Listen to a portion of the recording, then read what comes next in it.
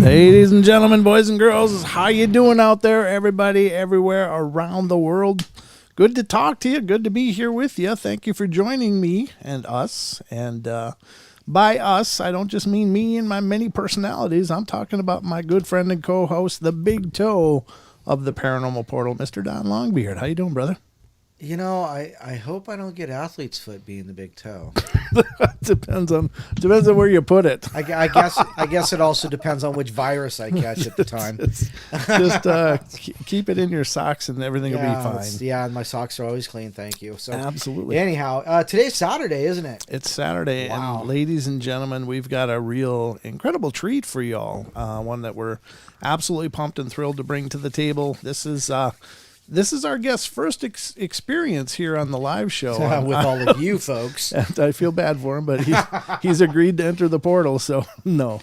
We, of course, are talking about the amazing and incomparable Lon Strickler of phantomsandmonsters.com, creator and host of Arcane Radio, published author of many books, and he's here to talk about all things paranormal with all of us. So let's give it up for Mr. Lon Strickler, ladies and gentlemen. Yay. Let's give him applause. There you go. There we go. gets the standing applause. How you doing, Lon? Thank you so much for coming on, brother. It's great to have you here. Well, thanks for having me on. It's wonderful. You've been at this for probably longer than any 5 other people. I mean, this has been a pursuit of a lifetime for you, but I got, if you wouldn't mind, just give the, 30,000 foot overview of what brought you here, if you wouldn't mind. Oh, it all started when I was young. I knew I was a bit different when I was younger. I didn't know what it was called, but I sensed things, I saw things, things I didn't understand.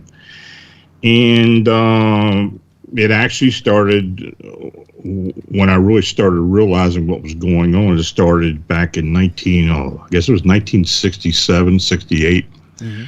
And I didn't live far from Gettysburg battlefield, so I used to ride my bike out to the battlefield. I used to go up 116 and ride up to the battlefield. And there was one area I really liked was the area that was known as the Valley of Death, which was between the Wheatfield, Little Round Top, and the Devil's Den. Wow!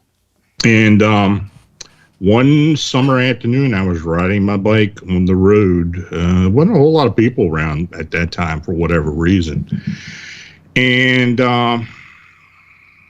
it's funny because the battlefield didn't draw people like it does now. You go to the battlefield now, any day during nice weather, it's just packed with people. Sure. But anyway, I was on my bike, and suddenly it was like a huge TV screen opened up in front of me.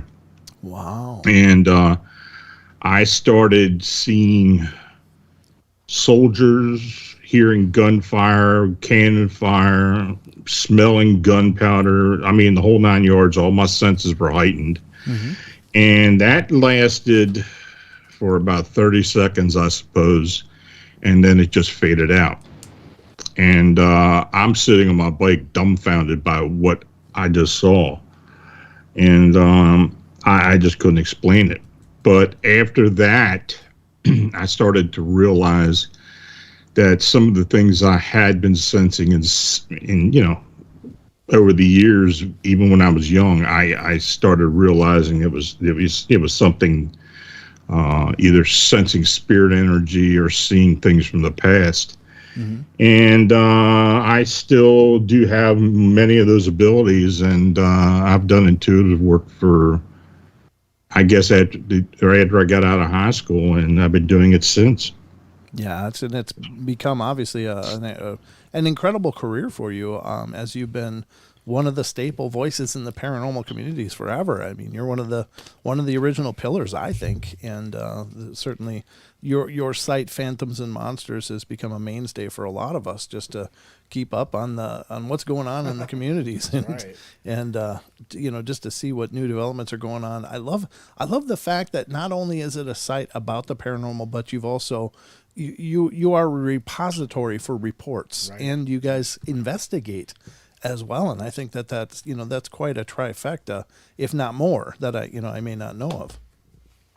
Well, yeah, that evolved. When I first started out doing the blog, I had collected stories and reports for years and years, and just had them written down, and I then started writing for a blog here in the East Coast back in 2004.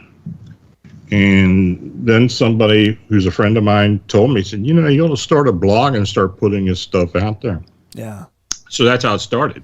And it started really slow. I mean, I'd say the first 4 or 5 years of what I wrote isn't even up anymore. It's, it's, so as the site got bigger and bigger, I started, I started putting more in there, and I started doing more investigating. Though at that time I became disabled, so I can't do but so much in the field now. Sure. But I got into radio with Beyond the Edge radio with Eric Altman and Sean Forker, and we started doing the show then. And we got into other shows in Arcane Radio. Then I took over Arcane Radio, so I've been doing the radio now since 2011. All phenomenal. But yeah, I mean, and we plan on evolving more. We plan on branding more and doing more, try to put more out there for the folks. Mm-hmm.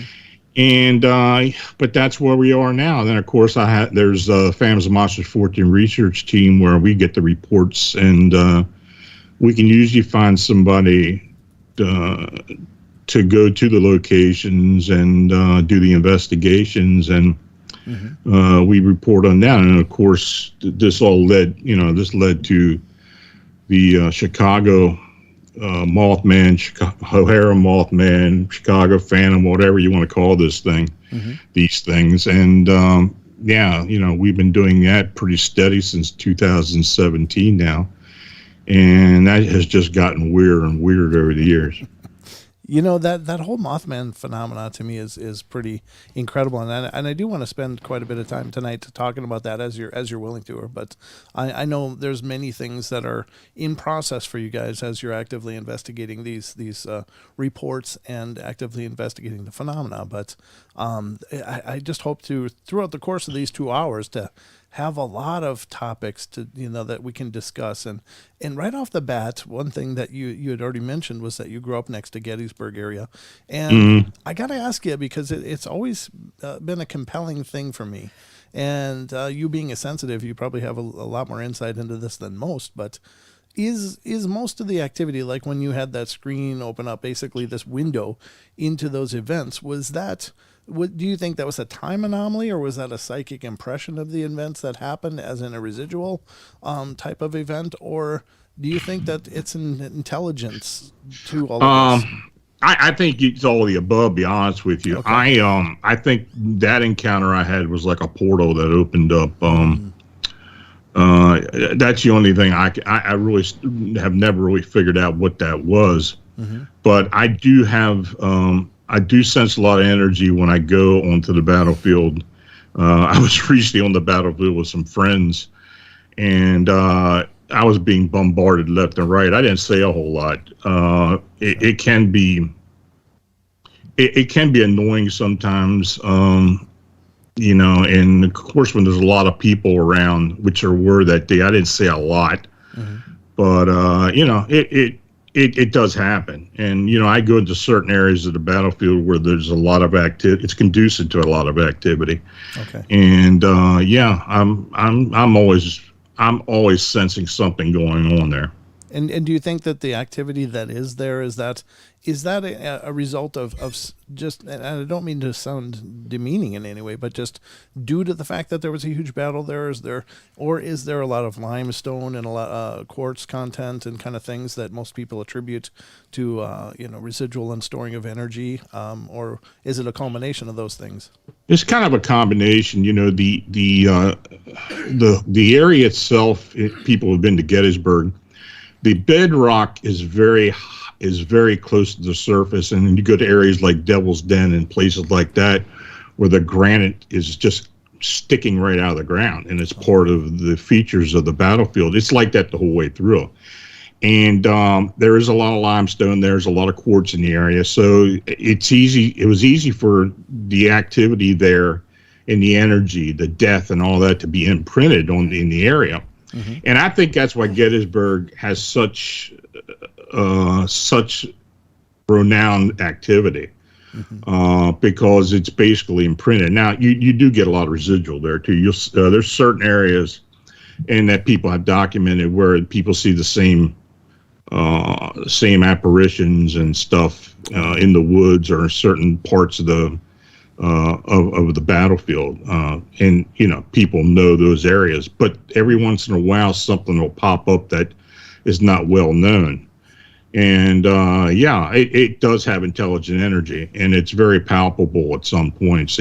I guess it depends on the situation and who is there to be able to sense it, but they do kind of gravitate to people who are sensitive. Yeah, isn't that something? That's as I've interviewed hundreds and hundreds of people throughout the course of the show, there are so many people that have ability. They know they have some ability, and yet they'll have these incredibly haunted lives, and it is really a beacon, isn't it? Mm-hmm. Wow. Oh yeah, and that's what I call people that are sensitives, and they draw attention from the energies. They're beacons. And, I run across that a lot, especially with people who have hauntings. Many times they are bothered by the energy that's around them.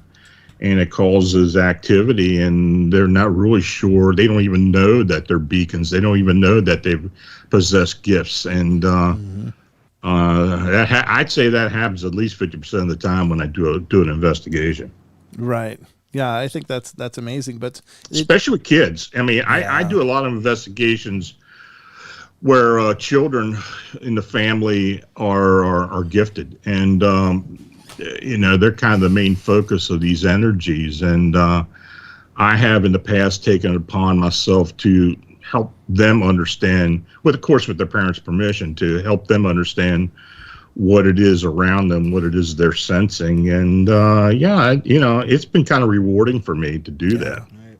Hey, Lon, specifically when you talk about kids, often we talk about how kids are more open to the world because they haven't had those jaded filters put in their, their minds and their eyes. Do you find that to be true? And as they grow and develop their own paradigms, do they shut that off, or can that be something that can be fostered? Have you ever found that there might be ways to just kind of shut them down and cut them off from it while they're growing? I mean, because there's been a lot of things that I've said on the show about, not having been nurtured in the way of seeing things. I had to grow up young when I was young, or I had to grow old when I was young, and was not able to have these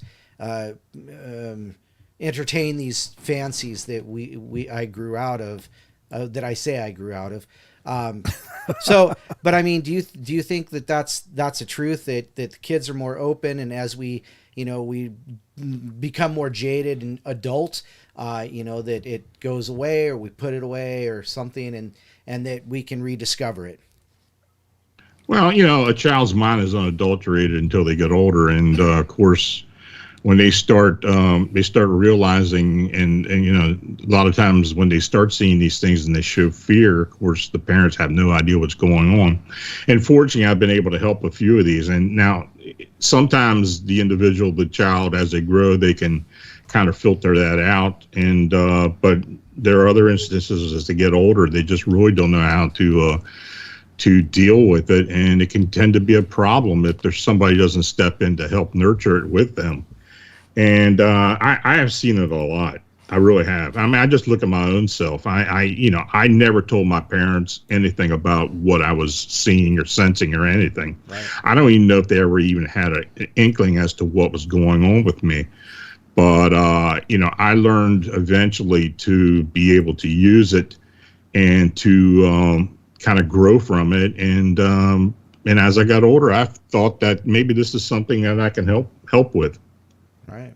Yeah, I think that's pretty cool, and I think I've often wondered about that, Lon, that what it is, and because the kids, of course, in haunting situations, kids are the first ones to notice outside of pets. I think pets are the first, and then come the kids. But you hear so many stories of these children having full conversations with deceased relatives and stuff, or with anybody who have an apparition that happens to be there, and they will be able to tell stories, hear stories, and have this profound level of communication, which I think is exciting as hell. But then for some reason through the years, those gateways just kind of close down, and these some people manage to hang on to them, like yourself. You managed to keep your openness throughout, past your pubescent changes and stuff, and into your adulthood. But in many cases, that just shuts down, and I guess the thing that I mourn the most about it is I think of all that we stand to learn, to be able to have a conversation like that with the other side and with those on the other side, and what could we learn, and what things could we bring back to our world, to help those of us that are here, with the ultimate transition that we're all going to make. Well, I think many times as these kids grow, they just suppress a lot of this. As they're growing, they're getting into more things. They're going through puberty. They're going through this. They're going through that. They're going to high school friends. And they just ignore it. And many times that just suppresses all of it. A lot of times it comes back when they get older. a lot of instances when a child is growing and goes through puberty, they have thought form manifestation. These kids they're gifted, but because of the gifts, they manifest energies that cause poltergeist activity or PK activity. Mm-hmm. And that's when I normally go into a situation and start working with everybody in the family, then finding out that's where it's coming from. I don't like poltergeist situations because, frankly, it's something I can't take care of. It's something that the person who's doing the manifesting has to take care of themselves. Mm-hmm. A lot of times the situation is where there's some type of dysfunction in the family that causes distress and such, and the child either resigns himself and then, to the room or to someplace else. And in the meantime, as they're trying to protect themselves mentally, these energies manifest, and then they become PKs. This kinetic energy transforms and manifests into something different, and it almost resembles an actual spirit. Mm-hmm. But it's very strong, and those situations sometimes they can get pretty dangerous too. Right. But no, I have been involved with those, and a lot of times it has to do with the child. I think that's fascinating because, when you think of a poltergeist situation and the idea that it's being projected from a person, and is it more of a tulpa than a direct? It's the same thing. I mean, basically, a thought form tulpa is about the same thing. Yeah. Okay.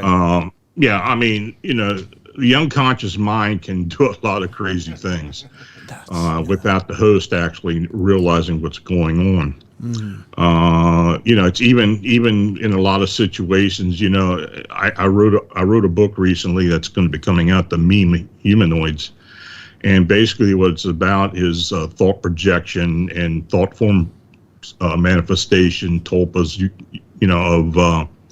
of a concept of a graphic, just like the Slender Man. Mm-hmm. We're seeing all these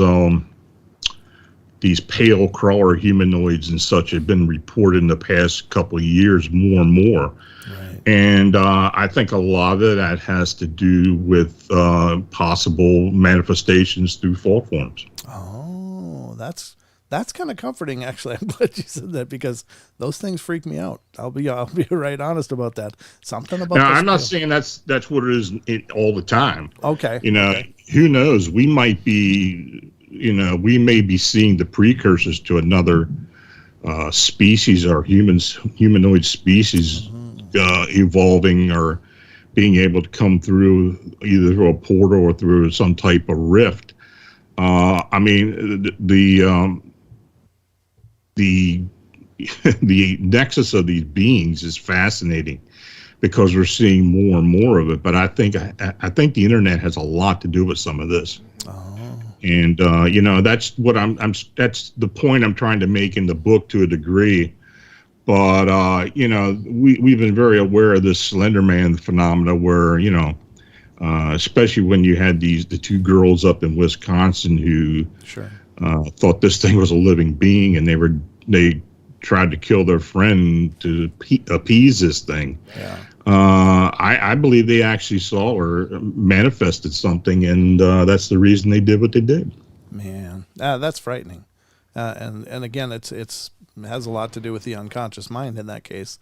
But and how do you train an unconscious mind? Well, I suppose there's ways, but the interesting thing with those examples, I think, is the demonstration of the capabilities we all actually have, and yet we're still operating in such a limited fashion. And how do we open up that PK, and how do we access the ability to manifest and directly manifest things?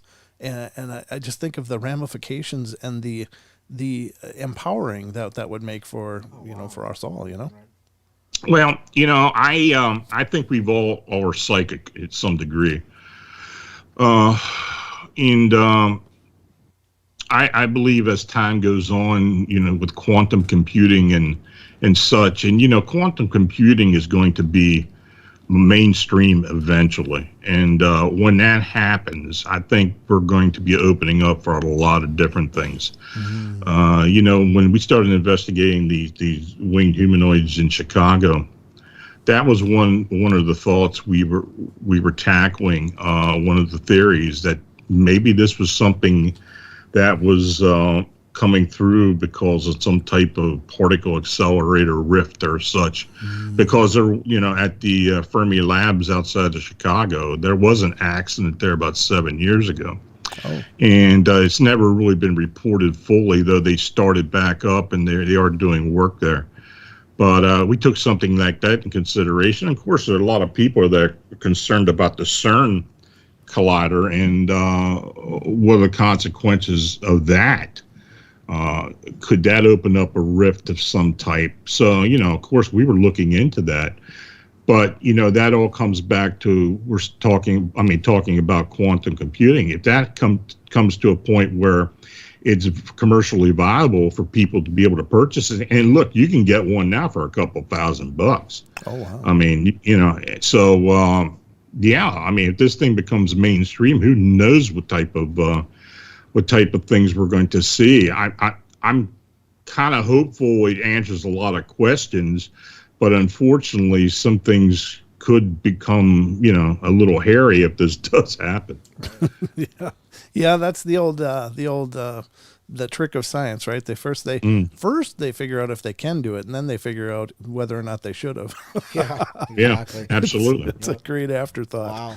But we are closing in on the first break already. First break, yeah, it's crazy. We only got a minute and a half left before the first break. But, ladies and gentlemen, you can see why I was so excited to have this man on. This is the first half hour just blinked by. Because he's just generating more questions for us.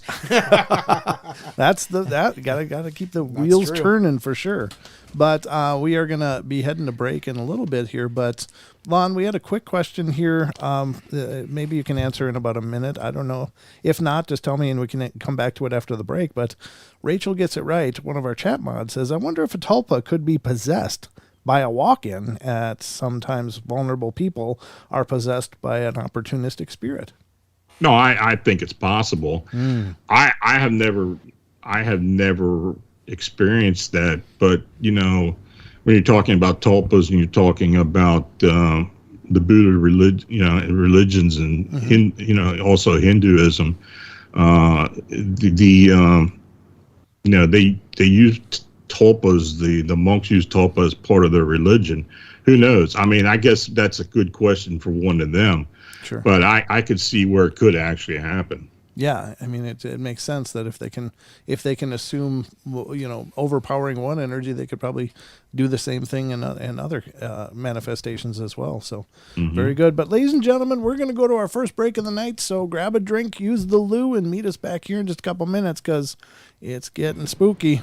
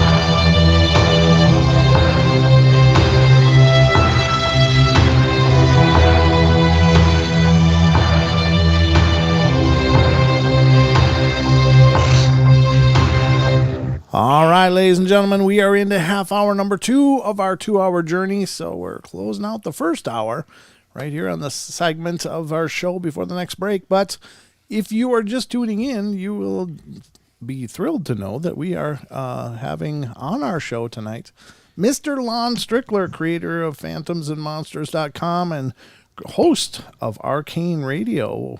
And it's been an epic discussion so far. Welcome back, Lon. Thanks for having me. It has been an absolute pleasure so far. and you know, Don really kind of hit it on the head. It's like, the more you say, the more questions I want to ask you.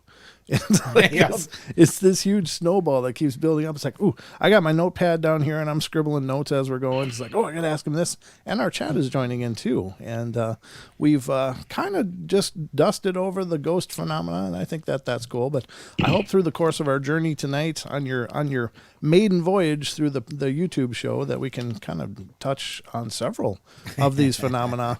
And right as we came back from break, we had another question in the chat from Rachel. She's like, I want to hear what he has to say about black-eyed kids. You know, I have been tackling that phenomena for a long time now. When I wrote my alien disclosure book, I thought about putting them in there, but quite frankly, there's no proof of what they really are. I personally believe that they're a possession by a non-terrestrial force, either extraterrestrial, ultra-terrestrial, maybe even spiritual, but I doubt that. I mean, it never seems to be something that continues to happen. It seems like it's something that happens for a period of time and then ends. You never hear anything about black-eyed kids, you know, constantly being seen, the same ones over and over and over. Right. I think it's either situational or some type of short-term possession. It's something we never really figured out. You know, sure. It's really started hitting the paranormal world about 12, 13 years ago, when David Weatherly started posting about it. And you know, I've talked to David about it over the years, and it's like, you know, we really don't know what it is. And it's something that continues. It probably isn't noticed as much now. I mean, we're getting black-eyed adults now too.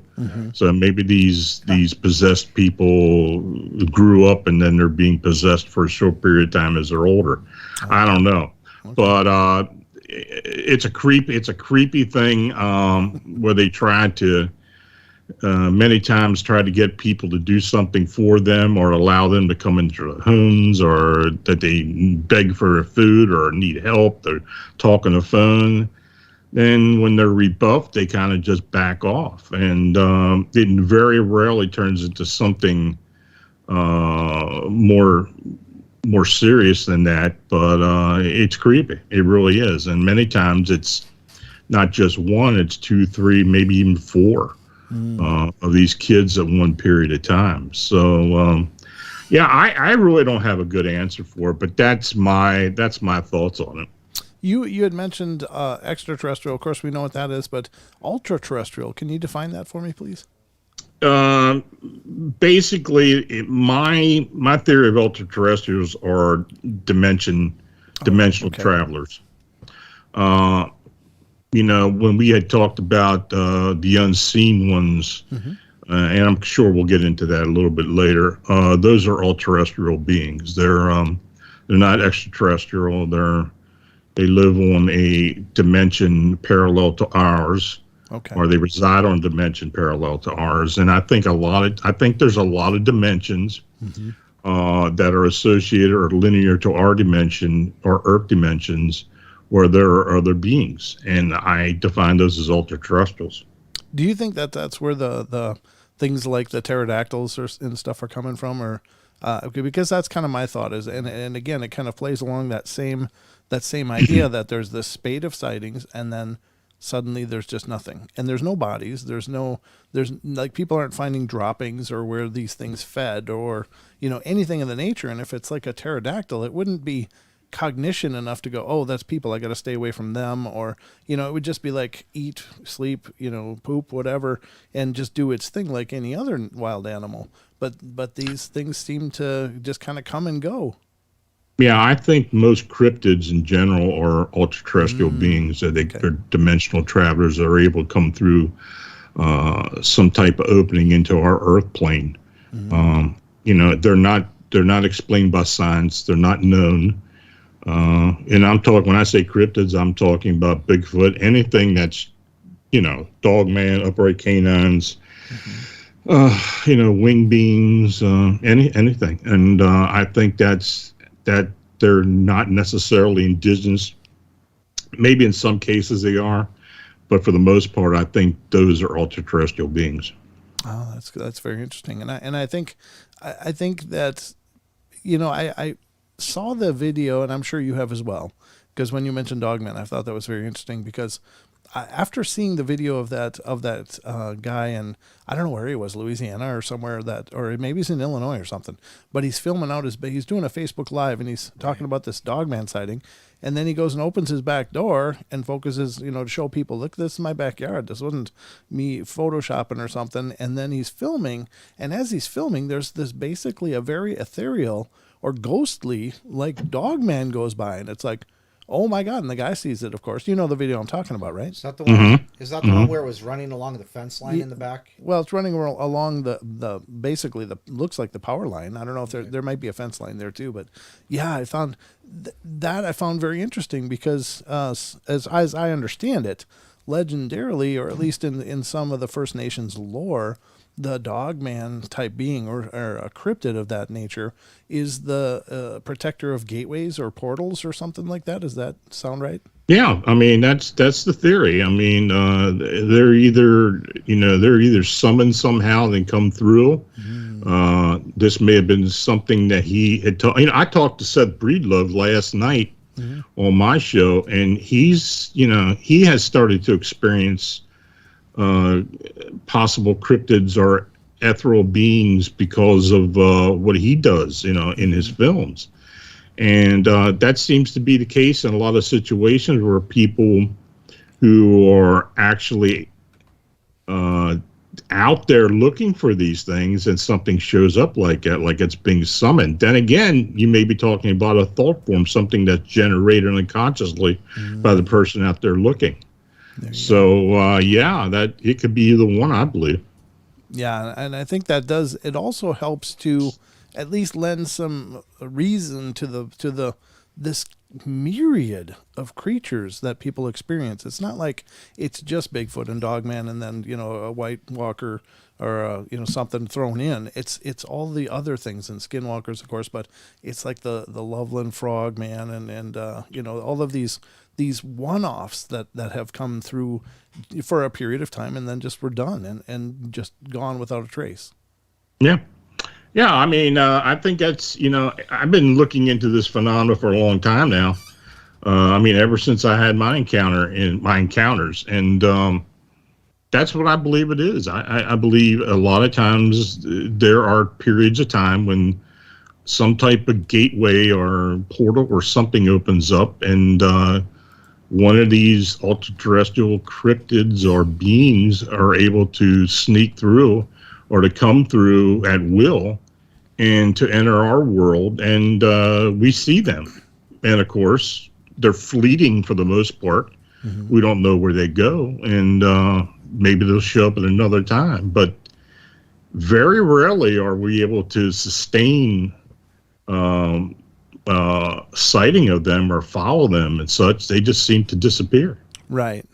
Now, I had another thought, Lon, and since I've got you cornered here, and I've got you for at least another hour after this, I got to ask you your thoughts on this. And I had an idea, and maybe it's ridiculous, but I just try to understand that, you know, my quest in all of this is to try to come to understanding. I mean, this isn't just just isn't a hobby for me. This is I want to understand this, because I think what we're seeing and experiencing in these many different phenomena are actually the breadcrumbs showing us the truly amazing and dynamic nature of our reality.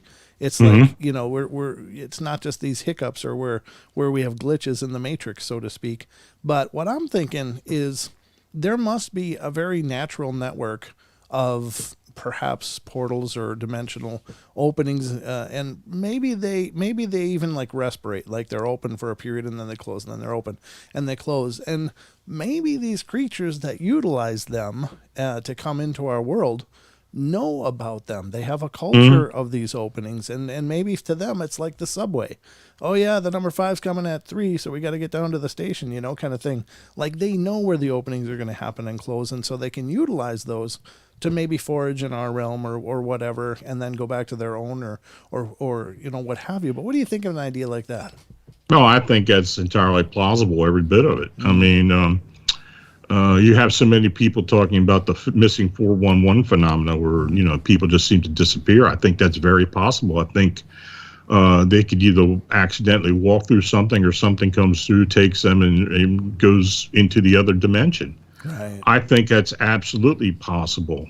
And my thoughts on this have become stronger and stronger as time has gone by, because quite frankly, the cryptid world has become weirder and weirder, and we have less explanation for these beings as time goes on. I mean, we have not found bodies. We have not found real evidence.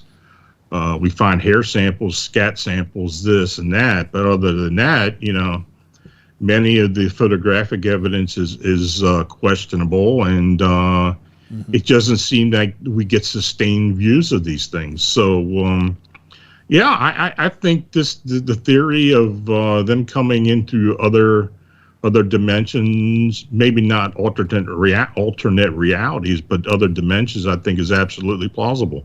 Yeah, I think there must be something to it, because for the same reason, and it's funny that you brought up that people go through, because I can't tell you, I mean, I've covered dozens of stories on this show of people that were out in nature and turned a corner and suddenly they're in a whole different environment. Yeah. Like they went from like a forest to a jungle or something bizarre like that, and oftentimes the first reaction is to backtrack, and then they're where they should be. But it would seem to illustrate that there's gateways, there's these openings that happen, and they just happen to be in that one instant at the perfect time for that to happen. Yeah, I mean, like I said, if you've been doing this as long as I have, and get all these crazy stories and reports and accounts, and try to disseminate what's actually going on, what people are describing, what they're experiencing. Then when you're talking to people who have had what they consider lost time or alien abductions and this and that, you got to start thinking, well, a lot of this has to be connected somehow. Right. And I think most paranormal activity, for the most part, and I'm talking hauntings, spiritual, cryptids, aliens, extraterrestrial, I think there is a common thread with all of it. Yeah, I think there's too. And it's funny that you mentioned that, because that was another thing that I noticed is the bleed through. The fact that sometimes hauntings can be a lot like alien experiences, and there doesn't seem to be a lot of difference in many ways from one to the other. And sometimes I'm surprised people can come away with a conclusion like that was a ghost or that was an extraterrestrial or something, because the similarities are so shocking. Right. Well, when I first started working with David Eckhart, back, it's been 12 years ago maybe, when I started working with him, I thought for a long time that he was experiencing a haunting as opposed to extraterrestrials coming through portals. I wasn't convinced. It took about 6 months for David to actually convince me, through some of the evidence he collected, that he was really experiencing abductions and experimentations and such. And I mean, I have been involved with cases before where people would describe a situation to me, and I'd go into it thinking, well, this is a haunting, and there's just something going on here. There's energies around, but they turn out to be something other than spirit energy. Many times I believe that there is some type of non-terrestrial energy causing a lot of the activity. So, I think there's a very fine line between a lot of this activity, and I think as time goes on, we're going to get closer and closer to understanding it. Though right now we just really have no clue as to what's going on. Isn't that something? It's like, God. And none of these things I don't think are very new, but I think what's new is the amount of interest people are taking in these subjects finally. Like, it's finally not social suicide to say, hey, I believe in UFOs. Right. Well, I mean, when I started doing this 40 years ago, it was like, I tell somebody that, I'm going to do a paranormal investigation. They look at you like you're crazy. And, it's mainstream now. Of course, you got it all over the TV for the past decade or so. And, it's becoming more mainstream, of course, with the internet and everything. And, if people thought I was nuts, I don't think, they may still think I'm nuts, but I don't think Phantoms of Monsters would do that well. Oh, you're right. You're right. And I gotta say that raises an important thing. I think that those shows are fantastic in that they've raised the possibility of having those discussions, because they are popular shows, these ghost hunting shows and stuff. People love them. Yeah. And I think that probably most people have had some form of experience, whether they acknowledge that in their lives or not.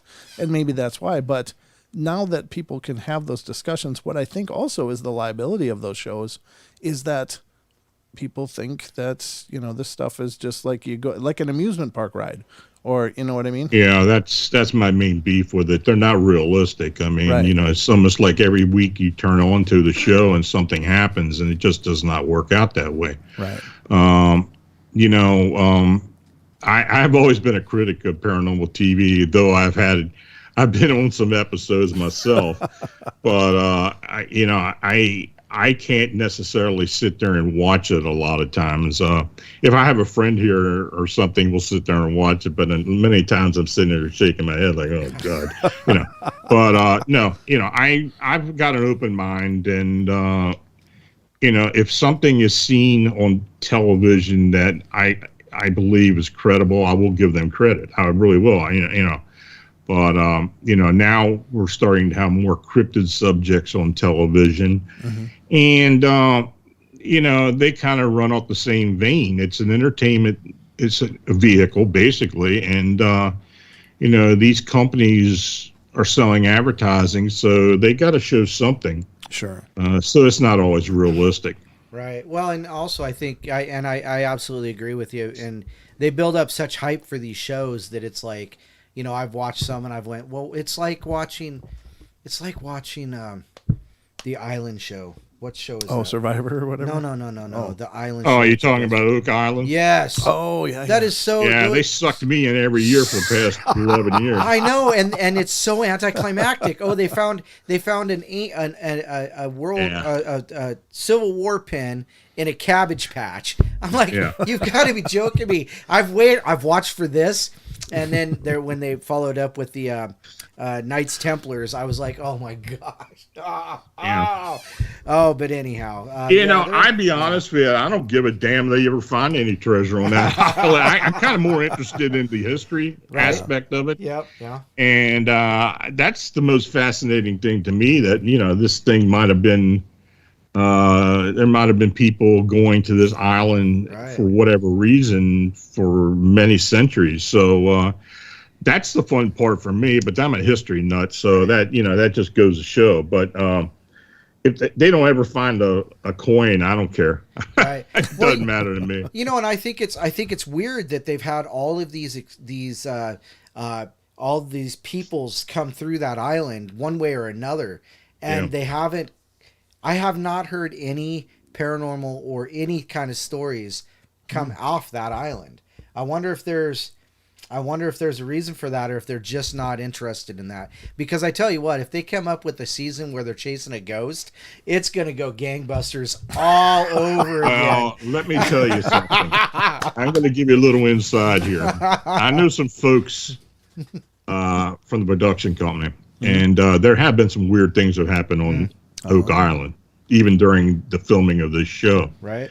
And they're just trying to stay away from all of that. They don't even want any reference to it at all. But there have been some weird things that have happened there. Right. They're missing the boat though. They could have the Ghost Adventures guys come over, and that's just like an old Scooby Doo show. No, I don't think the brothers are even interested in any of that. Right. Sure. Yeah. They're kind of running the show, and of course they own the island now. And regardless of what anybody says, they own everything. Basically, and Prometheus has been bankrolling this whole thing, so they're really not putting much of their own money out at this point. And Prometheus is making a ton of money off of it. And of course, History Channel, I think it's History Channel has it, is just, or Discovery or whatever, they're making a ton of money. So it's going to keep going. They'll never find anything as long as they're making money. That's right. That's a good point. Right. Yeah, don't dig too deep this season, guys. They make more money with all the advertising and everything than they would if they ever found anything. Because they found the treasure, all right. Oh, we found another gold coin. Another season. Oh boy. But yeah, I mean, I absolutely agree. All of these shows sometimes are just out there. You know, the one, the one with that guy on it that's, more into his, looks than anything else, and wearing his pants backwards or however that happens. But, I just get tired of a lot of these. Is it Amy Allen? Is that her name? Was that from the Dead Files? I think that's the one. Yeah, I like Amy Allen. I'm liking her, but these other I do ones like her. I think she's pretty sincere.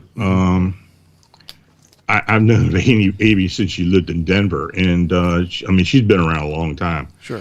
And that show has done very well, but she seems to be as sincere as anyone in doing what she does, and I think she's really serious about it. Mm-hmm. I know it has taken a toll on her. Oh, I can only you imagine. can see that. Right. Being a medium is just not an easy thing. I know several mediums, and they all age. Yeah. Because of what they do. Sure. Yeah. When you're dealing with your own energies and then everyone else's too, that's got to be rough. Oh, absolutely. I can't imagine. But yeah, I think we're about 3 minutes out of the hour break already. Wow, it goes fast. It goes fast when it's a great conversation. That's right. But I want to dive into some other phenomena as well. I've got some questions for you, obviously, and more are coming all the time. But of all of the topics, Lon, is there a favorite for you? Is there one phenomena that really stands above? Yeah. Oh yeah, the winged humanoids, Mothman. That's been something that I've been very cognizant of since I had my encounter back in '88. So yeah, it's something. And it's interesting with all this that has happened in Chicago. It kind of fell in our laps, which was beautiful. I mean, that was just the perfect thing for me. And I've been lucky enough to have like-minded people who have helped me and been with me during this whole thing. And Rosemary Ellen Gottlieb was one of my members of my team when we first started working on this, and she really guided me through it all very, very well, because she actually did the first presentation about the Chicago Mothman sightings at the Mothman Festival in 2017. But unfortunately, she passed away, and we had to pick up the ball and go from there. But I've been very lucky. Yeah, well, it's a fascinating topic. I think many people were surprised that it wasn't just Point Pleasant. It was just Point Pleasant. Mm-hmm. That's where the Mothman is. That's it. The end. But all of a sudden, these sightings started up in Chicago and around the Great Lakes region there, and the plot definitely thickens on that. And we'll start diving into that in the second hour here in just a minute or so. But I think that one is incredibly interesting too. Just quickly, do you think that they are an omen, or are they just here observing? No, I don't think they're some type of harbinger. Okay. Or a portent or anything like that. I never. The Point Pleasant Mothman was not that. I'm convinced of that. John Keel is a great writer and great journalist and such, but he kind of hyped that up a bit, I think. Okay. And of course, when all those people passed away, you had 46 people die right before Christmas. Sure. In a small town, people are looking for excuses as to why it happened. And I think the Mothman sightings that had been going on for about a year at that point was a good outlet and a good excuse as to why the Silver Bridge collapsed and all those people died. Gotcha. Okay. Well, we'll dive into that and more in the second hour here, which will be coming up after this next break, ladies and gentlemen. So don't go away. Tell your friends. Come on over to the portal. This is a great night to be aware. All right, we'll be right back.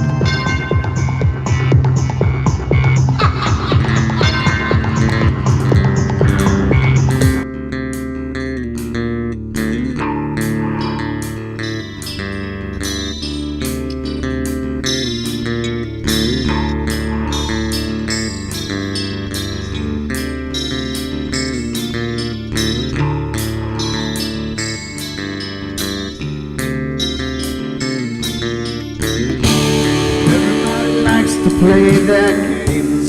Everybody loves to place their bets.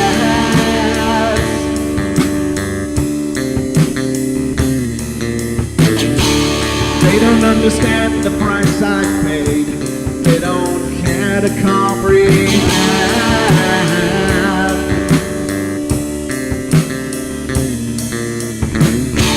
Trace their lines upon my body, dripping scars across my heart.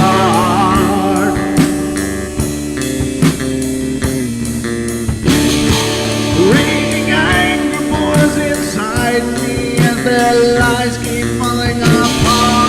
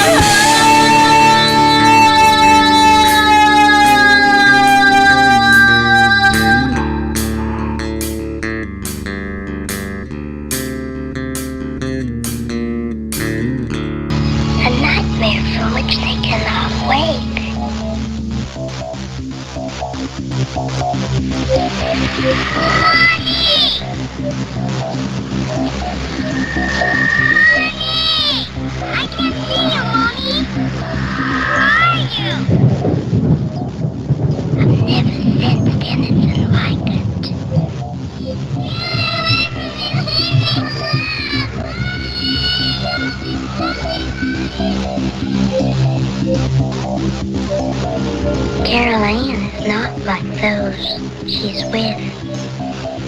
They're attracted to the one thing about her that is different from themselves. Her life force is very strong. It gives off its own illumination. It is a light that implies life and memory of love and home and earthly pleasures. Something they desperately desire, but can't have anymore. Right now, she's the closest thing to that. Poltergeist are usually associated with an individual. Hauntings seem to be connected with an area. A house, usually. Poltergeist disturbances are of fairly short duration, perhaps a couple of months. Hauntings can go on for years.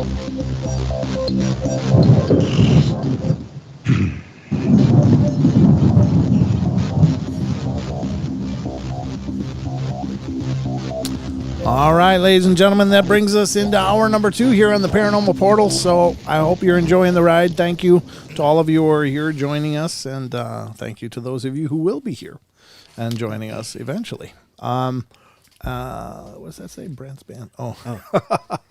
Yeah, that's my music that you're listening to over the break on YouTube, and even on that intro. That was my music. But anyway. Hey, I have a question. Okay, go ahead. So the Earth is covered with like 75% water, right? Sure. Okay, so therefore we live on basically a water world, right? Uh-huh. And none of it is carbonated. Does that mean that the Earth is flat? What? I don't even know what the hell that It's means. not carbonated. Oh, come on. Not carbonated. Flat. Your soda went flat because it's not carbonated. Oh, my gosh. okay. All right. Well, you didn't tune in for the comedy, I'm sure. So, Boy. ladies and gentlemen, we are joined tonight by our very special guest, Mr. Lon Strickler of PhantomsandMonsters.com, and Arcane Radio is in the house, and he's been walking us down a very impressive journey of a lot of phenomena. And before the break, we kind of touched on it, and I'm starting to get questions from the chat already about it, Lon, but I guess we can start with the winged humanoids. There's a lot of people that are really interested in that. And so, first off, Android was asking, what was your experience? What was that first experience you had? The 88 experience he's asking about, yeah. Well, in 1988, now this was like 7 years after my Bigfoot encounter, but in 1988, I was living in Baltimore, and I went to Timonium Fairgrounds one Sunday afternoon. There was some type of Boy Scout gathering or something there. I wasn't really there for that, but I actually ran into a friend of mine who I went to school with, who was a scoutmaster. And it's interesting because he and I used to hang out as kids on the Gettysburg battlefield at night.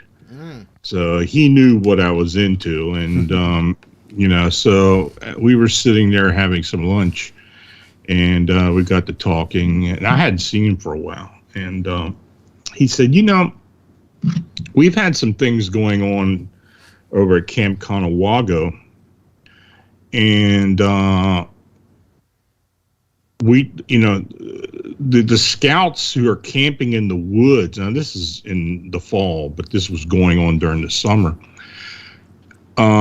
They're getting run out of there because they're hearing these unidentified screams and they have no idea what it is. Oh, geez. And they're packing up and leaving early, and nobody has any idea what's going on.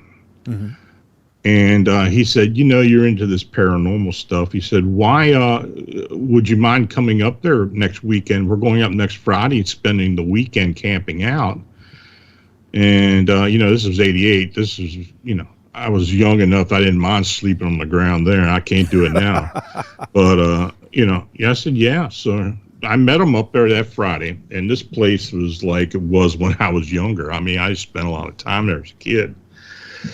So, anyway, we hiked into the woods, and we went into a campsite that was right beside the Conewago Creek. And, we set up our tents. We each had a tent, and we set up and got the fire going. And by that time, it was just starting to turn dusk. And, we weren't going to do anything. So we just sat around the fire that night, just talking, Mm-hmm. So, when we turned in later that night, it was pretty uneventful. The next morning, we woke up. And it was myself, my friend, and a friend of his. And this friend of his stated that, did you hear something walking around in the campsite last night? And I did. I heard somebody or something walking around. I thought somebody had gotten up to use latrine or relieve themselves or whatever in the woods. And, I didn't think much of it. But we all heard it, and it was none of us. And but nothing was disturbed around the campsite. And, it could have been a deer or something. The place has got a lot of wildlife, so we didn't think much of it. So that Saturday, we spent most of the day hiking through the woods, and, we were out about 6-7 hours at least, because we got back, and it was starting to turn dusk again, and, we cooked some dinner, and we were just sitting there, and I'm thinking, I don't know what's going to happen. I don't hear anything. I tell you, the whole time I was there, though, I did have this weird feeling like something was watching us, or, wow. You get that. Everybody gets it, the weird feeling like that. Mm-hmm. But anyway, we're sitting there talking about football and everything else, and I guess about 11 o'clock, we heard this screeching sound. And, it kind of startled us. I didn't know what it was. It could have been an owl, or something else. There's a lot of wildlife out there. So we didn't think much of it. So, I got up, walked around a bit, but I didn't really think anything of it. So we sat back down, and then about an hour or so later, we heard it again. But this time, it sounded like a woman or child screaming, and it was pretty horrendous, and it kind of faded in and out, and that was no animal. And I'm thinking, okay, so this is probably what people were hearing, these kids were hearing. So if I was a kid, it probably would have scared the hell out of me too. So I thought, okay, well, we'll stay here. We're not going out in the dark unless we have to, and maybe we'll hear it again. So we sat there for a while, and my legs were getting stiff, so I got up and started walking around. And I walked out to the edge of the campsite out on the trail, which is right beside the creek, and I just didn't feel right. So I walked back to those guys and say, hey, let's get the flashlights and go up the trail a bit. What's it going to hurt? We're going to walk up the trail and then walk right back, so fine. That's what we did. We got our flashlights, got on the trail, one behind the other, and we didn't get maybe 50 feet away from the campsite. And we all saw it standing in the creek. Now, mind you, the moon was pretty bright that night, and the creek was really low at this time of year. We saw something standing in the creek, and it had red eyes, and it was bright red eyes. Wow. And it kind of startled every one of us. And by the time we got the flashlights on this thing, it went into the air, propelled itself into the air with like a whooshing sound. And when it got to its apex, it screamed. And then it screamed again and started flying away. And then we could hear how it kind of went in and out. So, we knew this thing was flying. Uh-huh. So, we kind of rushed back, freaked out, and sat beside the fire. My buddy, he's not talking. The other guy and I are talking. He said, did you see the structures or something on its back? And I did. I saw something on the back. and I thought maybe they were wings, but I never saw any wings unfurl. Oh, okay. So this thing just jettisoned from where it was up into the air without using its wings. Well, my friend wasn't talking, and then he said, I'm not spending any more time down here. I'm going up the administration building and sleep up there. And he and his buddy went up. I stayed at the campsite the rest of the night, but nothing else happened. Wow. So that was the experience I had with this winged being. I thought it was winged, but it had the red eyes. Of course, I'm thinking, Mothman, Sure. This sounds just like the Mothman. And this was back in '88, so I knew a bit about Mothman then. But the funny thing is, I didn't talk a whole lot about that situation until I posted in my blog about 20 years later. And this was like 2008. And I posted on Fams of Monsters. And that's when I started getting a response. And a guy who lived nearby there at Dick's Dam emailed me and told me, I've been hearing those screaming sounds for, 20 years or so. I never knew what they were. Wow. She said, maybe you thought, maybe it's what you encountered. So I thought, okay, well, fine.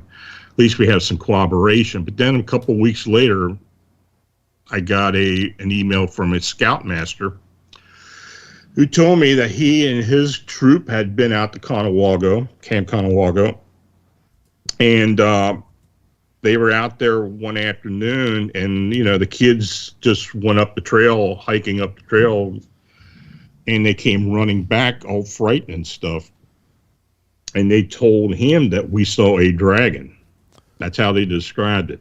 Oh, wow. And he thought they were pulling his leg. They thought, these kids are just lying to me or whatever. Sure. But then he happened to read what I had written and said, well, maybe they were telling the truth. So since 2008, I have received 4 or 5 reports of this thing along the Conawago Creek. Now, the Conawago Creek extends about 3 miles west, and turns east towards the Susquehanna River, so it empties in there. And I've had reports all along the creek. I think the last one was 3 years ago, of this red-eyed being that people have seen. So when you hear the descriptions of what's been going on in Chicago since 2011, and of course it started getting more serious back in 2017, it's the same description. I mean, for the most part, we've got red eyes. Many times it's not red eyes, but it's red eyes, but it's a dark figure, and these things seem to be able to accelerate from the ground, propel itself without the wings, the screeching sound. And I personally believe that I was supposed to get these reports. I mean, it just seems to me that my group and I are the ones that should be investigating this. Sure. Because, of what I went through, and that I've been interested in this, and all of a sudden this thing falls on our lap. It doesn't seem like anybody else is even really, in the beginning, were really even interested in it. Yeah. Because I had a lot of people, that were really thinking we were crazy, and, that people were this was just something as a promotion or some type of thing. And we've had a lot of questions about it from a lot of different people over the years. Yeah. But, we've been sticking to it, and it's kind of evolved into something different at this point. It really has. I've heard so many different claims through the years about the Mothman. Of course, there's the hypnotic eyes. If you look into the eyes, you'll probably go unconscious. Is that a claim that actually has merit, or is there anything to that? I don't think it has anything to do with the eyes as opposed to just this thing being around people. Okay. You've heard these theories about cryptids, in particular Bigfoot emitting yes some type of infrasound or something. And some of the witnesses who have encountered this thing have lost balance, have fallen to the ground, have become nauseous. Mm-hmm. And I think there's something to do with that. And so I think that's probably the reaction that some people get because of it. There's a lot of feeling of dread. There's a myriad of reaction to it, but that's kind of what we got mostly in the beginning. You know, that's interesting. You know, I was just sitting here thinking, and you're talking about that. Now, just real quick, do you consider these, let me go back because I don't quite remember, do you consider these extraterrestrial or ultra-terrestrial, or are they terrestrial? Well, I don't think they're terrestrial. Mm-hmm. I think they're, you know, just from what we have been learning about them more recently, I believe they're ultra-terrestrial. Okay. They consider themselves ultra-terrestrial. Okay. Because they reside, from what they have told our members who can communicate with them, that they reside on another dimension that's linear to our dimension. Right. So here's where I was going with that, is there are people that can tune into those low frequencies, you know, people who can feel earthquakes before they happen. You know, there are people that say that when they get around Bigfoot, that, as you mentioned, you know, they have this ultra infrasound, you know, lions and tigers and bears, oh my, you know. But so my question becomes, do you think that these people that have these reactions to these ultra terrestrials, do you think it might be because they're bending the dimension to be here in our dimension? Do you think that might have something to do with it, like a sound wave? You know, if you're at the drag races and you're down on the strip, you feel that concussive force. It can make you black out. You know, people are sensitive to bass waves. Do you think that might be part of what it is? Is it's the portal that is keeping them area? It could be, but that hasn't been expressed to us as of yet. We're really at baby steps with this. I mean, this is evolving as time has gone by. There have been some setbacks. Right. I will admit to that, but you know, we do have members who are really involved in communicating with these beings. Right. We've got 3 members right now who are constantly being able to communicate with these winged beings, or the hierarchy of the unseen ones. But you know, what I have said at this point right now is that they do reside on a dimension. Is it another reality? Maybe, but their world is not like ours. Sure. There are other beings that reside with them. Yeah. We believe that there are beings there that are very similar to some of the cryptids that we do experience here. But that hasn't been established yet, but just from what we're getting, that may very well be the case. So, you know, we're continually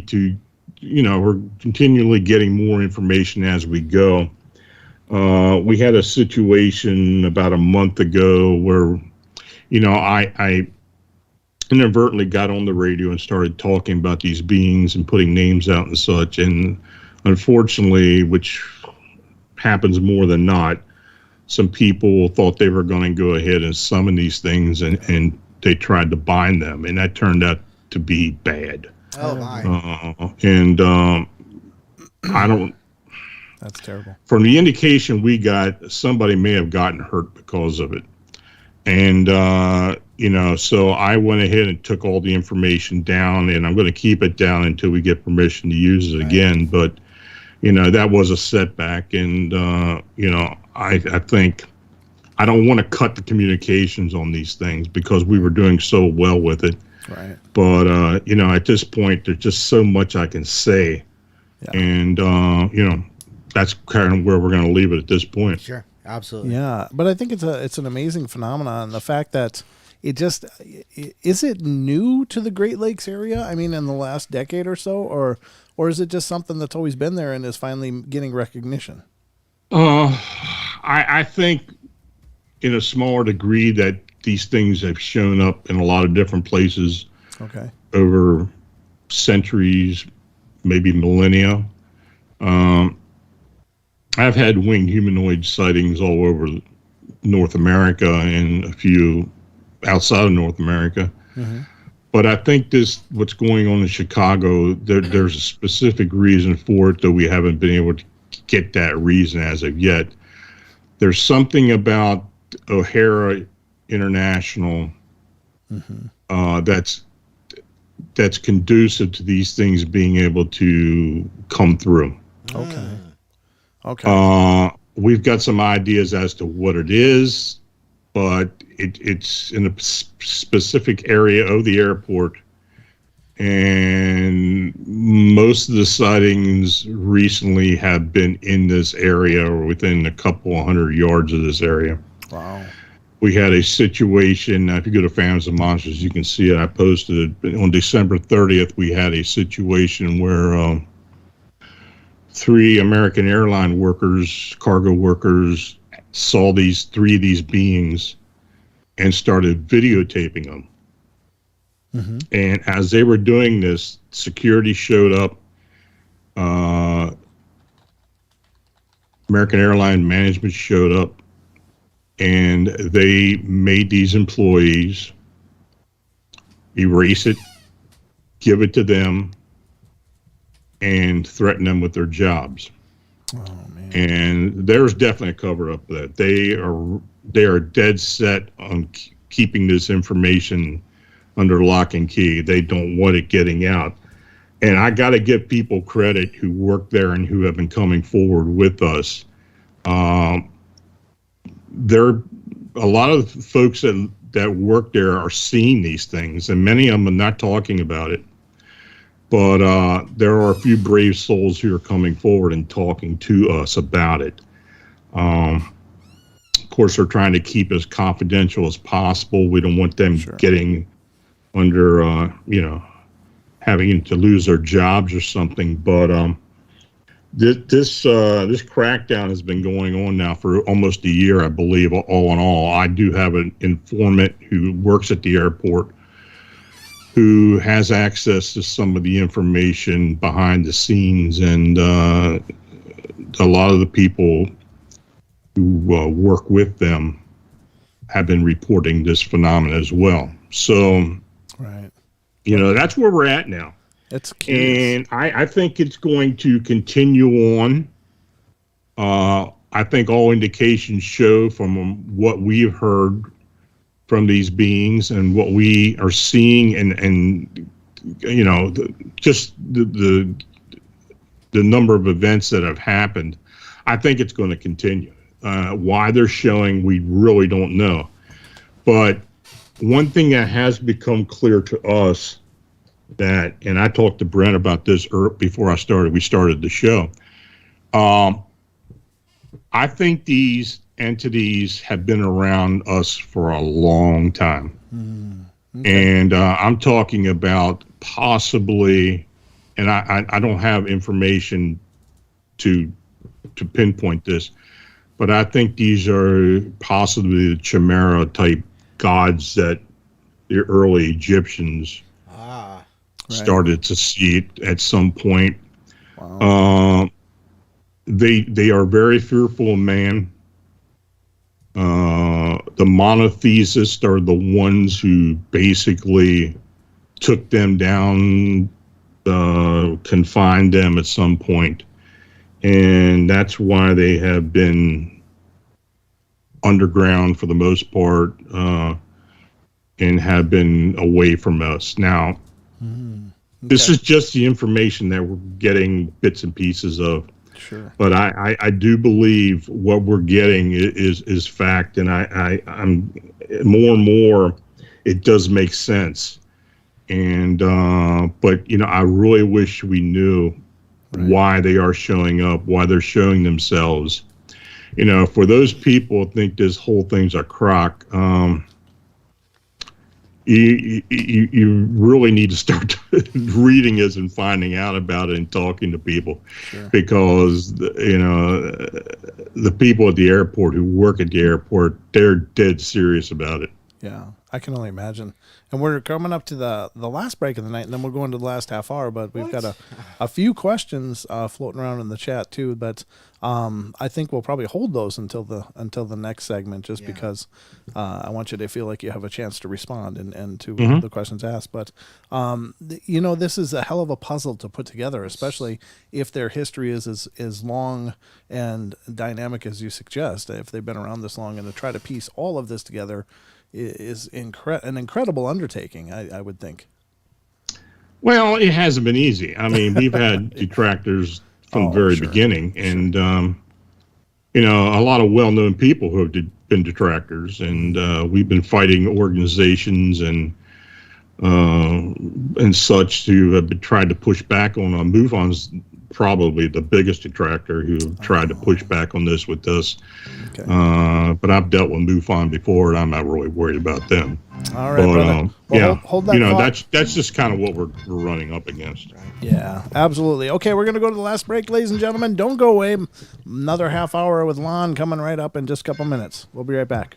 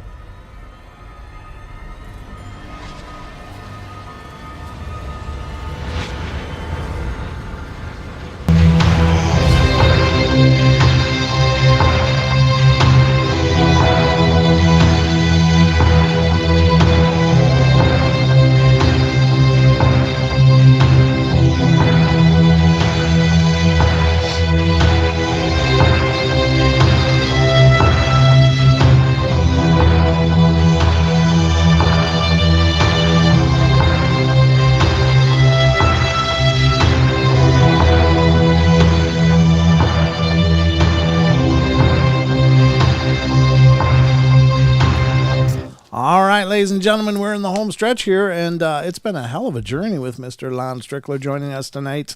We hope you're enjoying yourself, and if you're not subscribed, get subscribed. Become part of the family. We do all this craziness all the time here on the portal, and we'd love to have you stick around. Become a part of it, and watch for the podcast as well. And our guest tonight, as I mentioned, is Mr. Lon Strickler of phantomsandmonsters.com and Arcane Radio. And we're just talking about the winged humanoids and basically Mothman-esque type of phenomena that's been reported all around the United States and around the world to a degree. And, of course, in the Great Lakes region. We had a couple of questions, Lon. The first one, does Lon feel speaking to entities from another dimension is equal to speaking to demons? What do you think of that? We're cognizant of what we're doing. You always got to be aware of others and the intentions of others. I don't necessarily think demons. I don't buy into the demon thing. Okay. Evil's evil, and there are just certain degrees of evil, and but it's always in the back of your mind when you're dealing with something other than human, and sure. That's basically all I can say at this point. But no, I don't think we're really running into that. Sure, you got to be cognizant of it, but I don't think that's going to be a problem. No, I understand. Now, when we were talking, we mentioned Point Pleasant. Now, you do you believe that there was indeed a Mothman type creature there, though? Or what's your thoughts? Yeah. Okay. So is there some correlation between the areas where these things are seen that you've been able to put together? Is there something, I don't know, similar, or is it a geological issue where there's, all I can say is that there is a connection, a very minor connection between what happened then and what's happening now. Okay. That's about all I can say. Sure. But there is a connection. They may possibly have come from the same place. Oh, okay. Gotcha. Now, I do find that interesting in that descriptions of these winged humanoids. It's fascinating because some of them are described as flying without wings, as you had seen, and then there are others that people see these wings unfurl, start to flap and go away, and then there are others that see these wings appear, and without doing anything, they just shoot up into the sky. So it's like it doesn't seem to be relying upon. Well, I mean, if they're the same thing, these may be different beings or whatever it is, but beings, but it wouldn't seem to be necessarily reliant on the same dynamics that we use for airplanes or whatever. You know what I mean? No. Yeah. No. You mean physics? There's some abilities there that we just don't understand. Okay. As far as possible species, or you want to say races or whatever varieties, there are varieties. What we're seeing in Chicago, it looks nothing like what was seen at Point Pleasant. Okay. The descriptions different, other than it had maybe red eyes and that it was humanoid. Other than that, that's about the only connection there is. Though they may have originated from the same dimension. Okay. I think, and I've said this for a long time now, I think the being that was at Point Pleasant was a summoned being. And when I say that, the Point Pleasant area is highly charged with indigenous spirit energy. Okay. It was an area that saw a lot of battles between nations, between settlers and the indigenous. It has a lot of energy, almost like what Gettysburg is. There's a lot of imprinted there, and that area around the TNT plant, or what it was called, the actual West Virginia Ordnance Works, where they manufactured dynamite and explosives during World War II. That area seems to be the epicenter of this energy. I have the EVPs to prove it, to be quite honest with you, because myself and others have gone in there and done investigations. And some of the EVP activity and some of the energy that we've sensed in there is very strong. Okay. My theory is that the Mothman at Point Pleasant was a summoned being by this energy as a sentinel or protector. Oh. And the reason I say that is I think this being, this energy felt threatened by all the activity at this TNT plant, by young people and stuff going out there partying and you know being out there threatening it. And I think this being was summoned as a protector. Is that those concrete domes and stuff that are over? Yeah, well, they're there. Yeah, but it's not necessarily in the domes. I mean, okay, sure. That whole factory, what's left of it is has had sightings in and around it, but there is some parking area in there. And back in the late '60s when all this was starting, a lot of the young folks in the area used to spend a lot of time out there. Mm-hmm. Want to call it a lover's lane or whatever you want to call it. But sure. I think that's the big reason why this thing was summoned. Mm-hmm. The Mothman at Point Pleasant was a very aggressive being. I mean, there had been reports of it actually chasing cars and chasing down people and such. That hasn't really been the case with what's going on in Chicago. Okay. The people have been frightened by it, but not necessarily threatened by it. Now, there have been a few cases where people told us what they felt threatened by it, but I don't think to the degree what was going on in and around Point Pleasant. Now, when you talk about Point Pleasant, I mean, there was a lot of other stuff going on around there at the time. There's a lot of UFO activity, possible alien activity, just a lot of weird stuff. Sure. The area now has a lot of cryptid sightings are all around it. Okay. And we have had winged humanoid sightings in Mason County for the most part, the whole area around Mason County, up down the Kanawha River and all, of winged humanoids, but of Bigfoot and of upright canines as well. Okay. The area is just a charged area. It seems to attract a lot of different things. If these cryptids are ultra-terrestrials, they're opening up and coming in there. I don't think they're indigenous. Okay. But I think the area overall is an attraction for a lot of this activity. Yeah, that's the amazing part about all of this is the fascination of the variety of things that do seem to happen around areas and stuff like this. We also had a question from Brown Dwarf in our chat a while ago, and he asked, "What do you know, or what do you think of the flying witches?" Or I don't know if it's La Lorna or is it? Well, the Bruja is Spanish for a witch, but as La Lorna, I think is the term used. Well, the Lorena is that's that about the woman in white who lost her child and roams around looking for her dead child or looking for her child or whatever. Sure. The flying witches thing kind of started up about 12 or so years ago in northern Mexico around Monterrey. People were seeing what they were calling flying witches, and there was a case which actually Ken Gerhardt investigated in Monterrey or outside of Monterrey, of this police officer who had an encounter with one of these things. And but people continuously see these things, had seen these things continuously flying about. They really didn't know what they were.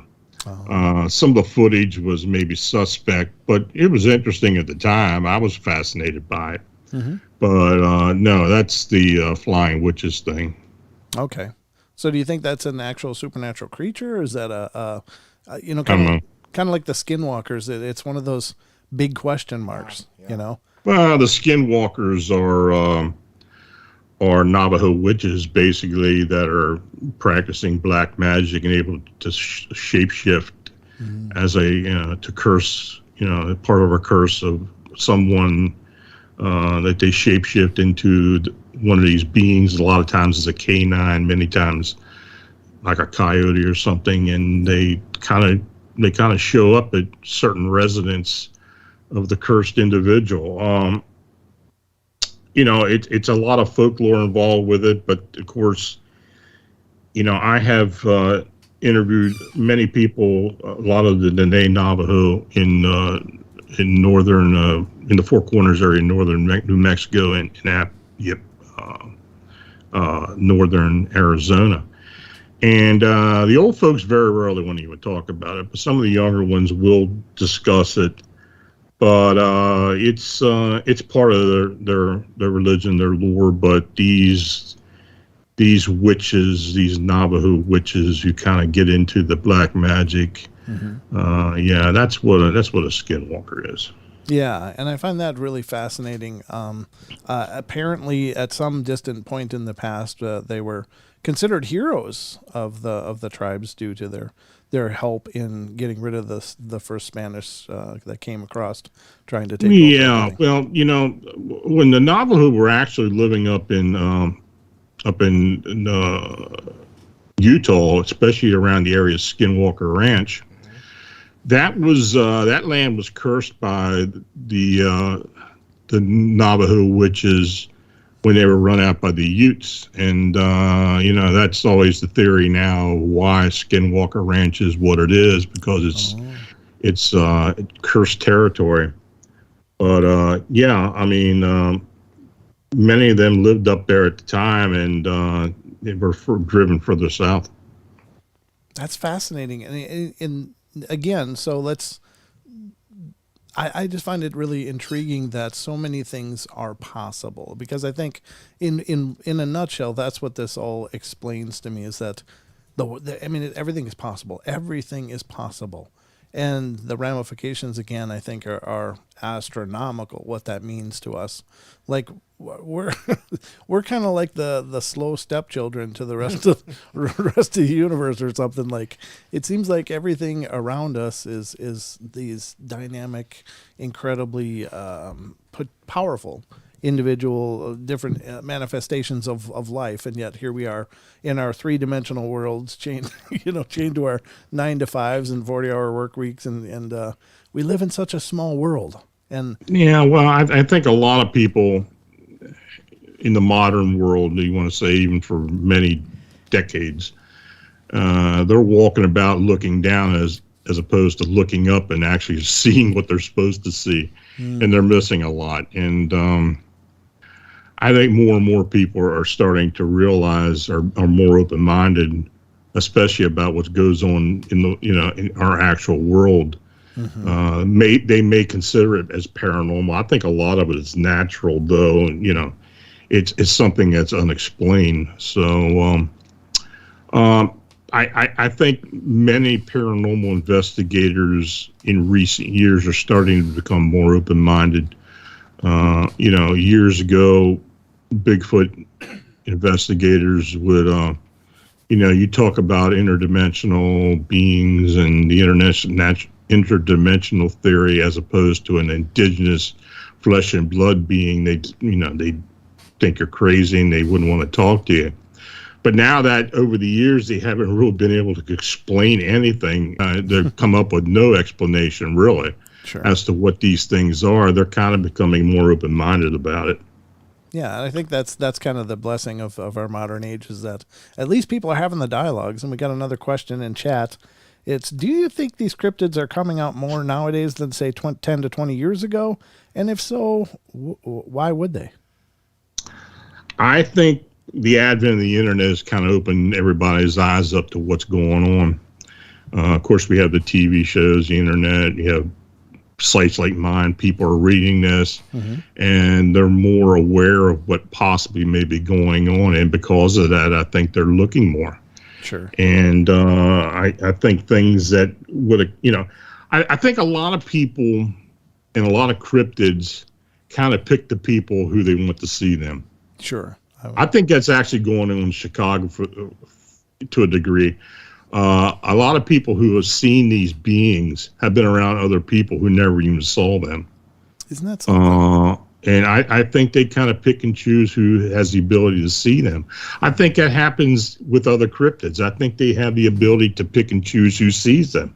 Mm-hmm. The other thing they seem to have the ability to, and I'm mostly about Bigfoot and Dogman cases that I'm aware of. But one of the common denominators is that people will be in the forest and just boom, suddenly everything changes. It's like they feel this primal fear. They don't know why, and then they'll feel like, boom, they're being watched. And suddenly it's like this whatever it is just manifesting this emotion in those experiencers. Like it wants that fear for whatever reason. Maybe they just want you to get the hell out of the area because that's an area they're using or whatever. And I'm not saying it's evil or horrible, but they seem to have a very psychic component to them across the board through so many different phenomena. It seems like they can appeal to that energetically rather than just, by show of force or sight, which of course is also terrifying. But I find that really interesting.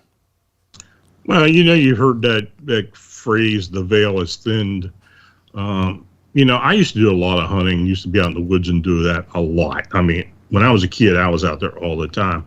I never had any degree of fear or any degree of sensing something like that out there. And I've talked to people who have been out in the woods and stuff for 40, 50 years that are starting now to start feeling these things. Wow. And why that is, I don't know. I mean, maybe it's like a collective consciousness now that more people are aware of it. And it's, people are, much more aware of the energy around them. That's really interesting that you say that, because, and I haven't talked about this to pretty much anybody, but there was a period of time about 12 years ago where I grew up in a very forested area in rural Minnesota and lived there up until I moved out here about 8 years ago. But there was a time about 12 years ago or maybe 12 to 15 years ago where I grew up in those woods. I was in those woods all the time, night or day. It didn't matter whether, I could see or not. I just felt it was home to me. But then something shifted, something changed, and I couldn't figure out what it is. So it's really interesting to hear you say that, because all of a sudden those woods, they didn't feel as safe, and they didn't feel as comforting, and they didn't feel as welcoming. Yeah, I hear that all the time. Okay, I didn't. Yeah, I hear that from landowners who've had, this type their land in their family for over a century or so, and they just feel different about it now because there's something there. Mm-hmm. They just don't feel right about going out there. And a lot of them don't do it. They're just very fearful about it. And, we hear that. Okay. We do hear that. That is fascinating to me. Absolutely fascinating. Because, again, I've not talked about that, but I've always been trying to reconcile what is it that changed? Was it something in me that changed? Or is there truly an energy shift that happened, and that's what I'm responding to? I don't know. But, and then I moved out here and, of course, into the mountains of North Idaho, where I'm still on the menu out here. So, oh, yeah, you are. Of course, I was a little more afraid out here, but or cautious anyway. But, yeah, it changed back home. It was a kind of a tragic thing for me, because that was a lot of my childhood was playing in those forests. I loved it. Yep. I grew up on the woods. How about you, Don? You experienced that? Being from the peninsula, the Olympic Peninsula, I was the kid, like I mentioned earlier, that I had to grow old at a young age. Sure. And, I don't really remember I remember playing in the hills and running around in the woods and stuff like that, but I don't ever remember ever having felt that way. Yeah. I just don't. Yeah. Yeah, so. It's an epic discussion tonight. And there's so many more things. We didn't even touch on UFOs. Yeah. And we're down to like 7 minutes. Yeah, but we're almost done. I was going to ask you something too. I got that notes. Okay. But there was one other question that I really wanted to make sure to ask you. And now I can't remember it. But it's just the way the discussion goes, because this has been an absolute journey. But what do you think lies in the future for all of your endeavors? I mean, you've been researching now, and especially with the winged human beings, or humanoids rather, but what's next? Who knows? I mean, something could fall. I could be working on something, then something come up or fall in my lap, and then I gotta, start concentrating on that. Sure. This whole thing with Chicago, for instance, I was in the process of working on 2 books when this started, and I just put all of that to the wayside and started concentrating on that. Mm-hmm. That's what happens. And, most people who are involved with investigating the unexplained can relate to that, because there's usually that case or that incident that just sticks in their craw, and they've got to look into it and are kind of obsessed with it. That's kind of like what I am with this Chicago thing. Mm-hmm. I'm obsessed with it, but who knows what's going to happen? I'm quite sure something else will raise its ugly head and grab my attention. Well, and again, I think that's really cool that all of the branches of things you're involved in. But one of the big ones, I think, for me personally, is the fact that you are having and operating such a repository for claims. I mean, I think that's fantastic. And of course, it's like MUFON and BFRO, where it's kind of like these two very homogenized groups that deal with their subject matter. But you've got an amalgam of so many things going on, and I think that's awesome. And you can sure stand to, I think, learn a lot by examining those encounters and what people have seen. Well, I never wanted to be like that. I wanted to not, you say homogenize, I say, I don't know, define what I'm doing to where it's palatable for everyone. I put it all out there, and I try to let the reader judge for themselves as to what's going on. Very rarely I'll inject my opinion into a case. I try not to do that. People get pissed off at me because of that, but I try not to do that.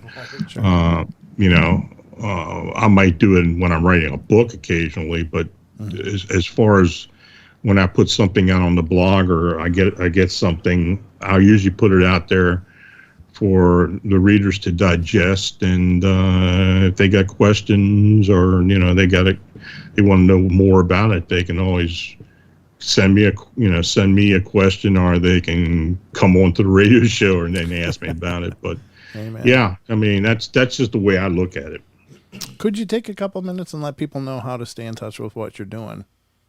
Yeah, I mean, you go to phantomsandmonsters.com, and I try to post daily. I try to keep up to date with the phenomena that's going around the world or our area or whatever. I'm kind of not confined to some one genre or two genres. I kind of take it as it is. Arcane Radio can be found at Beyond Explanation on YouTube. We have our show on there. CryptidHunters.org is the Phantoms and Monsters 14 research team. All our participants and affiliates are listed there. And if you have a case or you have a sighting or an encounter that you want to discuss or submit for the blog or whatever, you can contact me at Lon Strickler at phantomsandmonsters.com, or you can go to the phone number. It's listed on the website. Yeah, it's phenomenal. I mean, you've got your hands in so many different things, and I think that's amazing. You've done an amazing job, and it's been a real honor to have you on the show here. I just really love this talk, and I know we could continue talking for hours and hours and hours and just never touch even a fraction of what you've experienced or know or have to say about things. But I sure am really appreciate you coming on the show. Well, thanks for having me.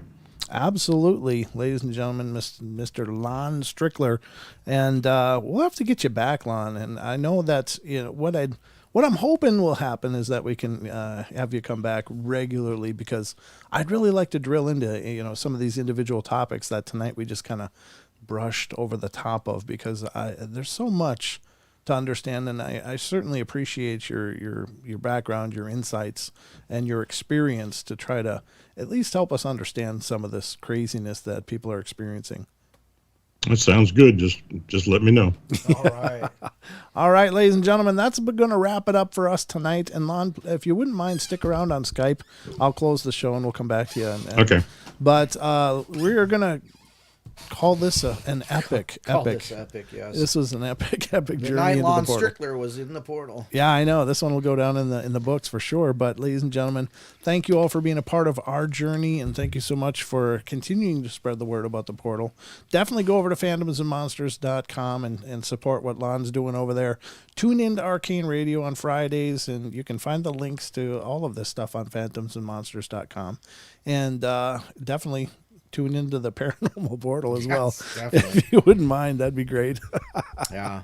And we'll continue our journeys as we go. But as it stands right now, our next live show here on the YouTube channel will be Wednesday. Don, you'll be here for that, right? I'm planning it. And I'm planning it too. All right. We'll dive back into the Paranormal Portal and have a thrill ride as always. Right. But ladies and gentlemen, Don, do you have anything to say in closing? Yeah. Thank you, Maggie. Yay. Thank you, Maggie. We didn't give her the clap earlier. Oh. There it is. There's your clap. All right. And thank you, Lon. And Lon, thank you for bringing your folks and your chatters with you. Yeah, thank you to all of Lon's supporters for coming in too. We're thrilled to meet you. And remember, we love you all. Be good, be kind, be nice, take care of each other, help each other out, find the magic in every day. And remember to laugh as much as you can. Good night, everybody.